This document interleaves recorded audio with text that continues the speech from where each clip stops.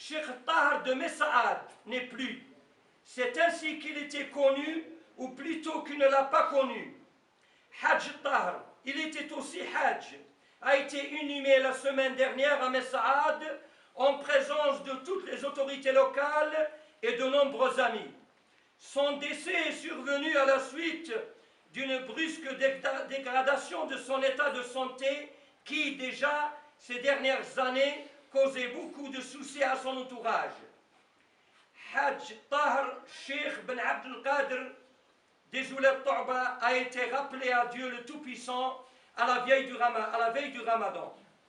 Puisse-t-il trouver paix et miséricorde au vaste paradis éternel. Imposante personnalité, symbole de générosité, un prince de l'hospitalité. Cheikh Tahar laissera un vide immense, non seulement pour la ville de Messaad,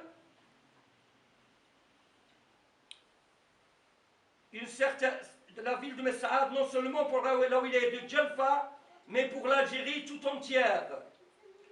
Tout au moins une certaine Algérie, tant la vie de Cheikh Tahar a été liée à celle de l'État algérien.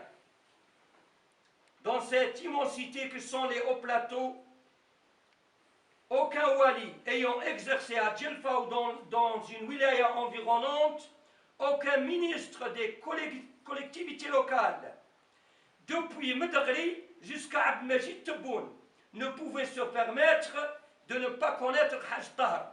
Il était là pour régler des conflits entre tribus nomades, servir de transmission entre la population et l'État, recevoir les grands de ce pays et leur faire savoir les préoccupations des petites gens qu'il côtoyait.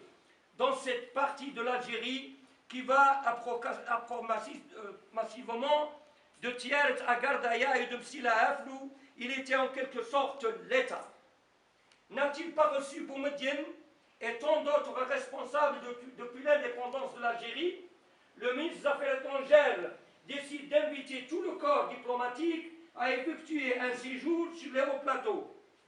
Le seul à ne pas perdre la tête, c'est justement Cheikh Tahar qui accommodera et réussira à satisfaire les plus difficiles des invités.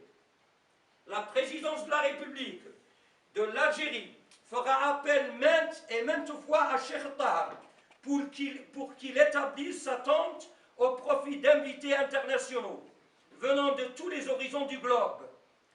Tout dernièrement, c'est dans la wilaya de Msila pour célébrer les festivités du 1er novembre que la tente des Ouled Nail